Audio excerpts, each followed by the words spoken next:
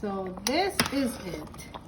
And I'm gonna start now by adding in, I wonder where did the pepper go? Oh Lord.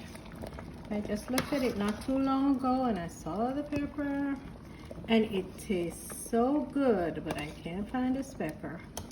But you know what? It will be fine. There we go.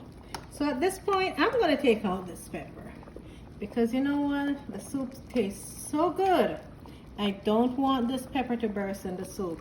So now I'm gonna go ahead and I'm gonna add some spinners to the mix. 1 second. Just gonna put a little bit more flour in the spinners mix, and then I'm gonna just start by adding it to the soup. And here we go. Not too much, maybe about 20-30. Some people love spinners. Yeah, that's it. I'm adding. I'm gonna remove the spoon for a moment, and then as I add the spinners afterwards, I'm just gonna go ahead and I'm gonna add the rest of the cock soup, and then I have some more scallion green onion to the mix, and and I'll show you some of where the curry chicken is so far. It's almost ready to be turned off in about 10 minutes. It should be ready. 10-15 minutes it should be ready.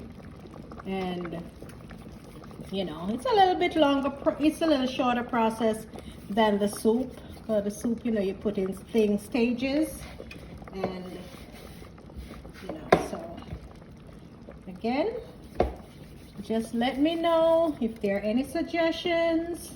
I'd love for you to like the video, subscribe to the channel, and like and comment.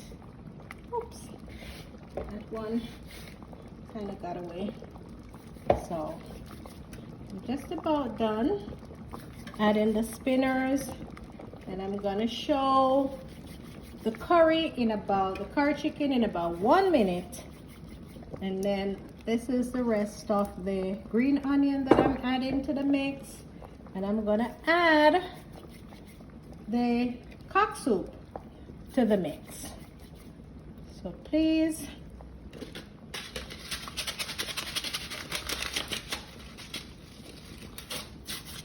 I'm adding the cock soup, not too much because it tastes so good, you know, with all the different spices and everything. So just gonna let you see what's going on, and wow. So this is it, and this is our chicken foot soup. You can take out some of these scallion.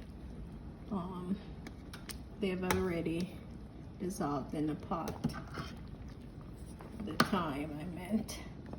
So yellow yam looks so nice and dry. I love yellow yam, and I love cassava, yuca, and of course I love cocoa. So, and the carrots, I love carrots. Sometimes I take that in the daytime for lunch. It's good for your vision. So, you know, the older we get, we have to make sure to stay healthy, you know. So I'll peel some carrots, and I'll take it along in a Ziploc bag, and I'll have it. And you know what I sometimes take along with the carrots? You guys might think I'm crazy.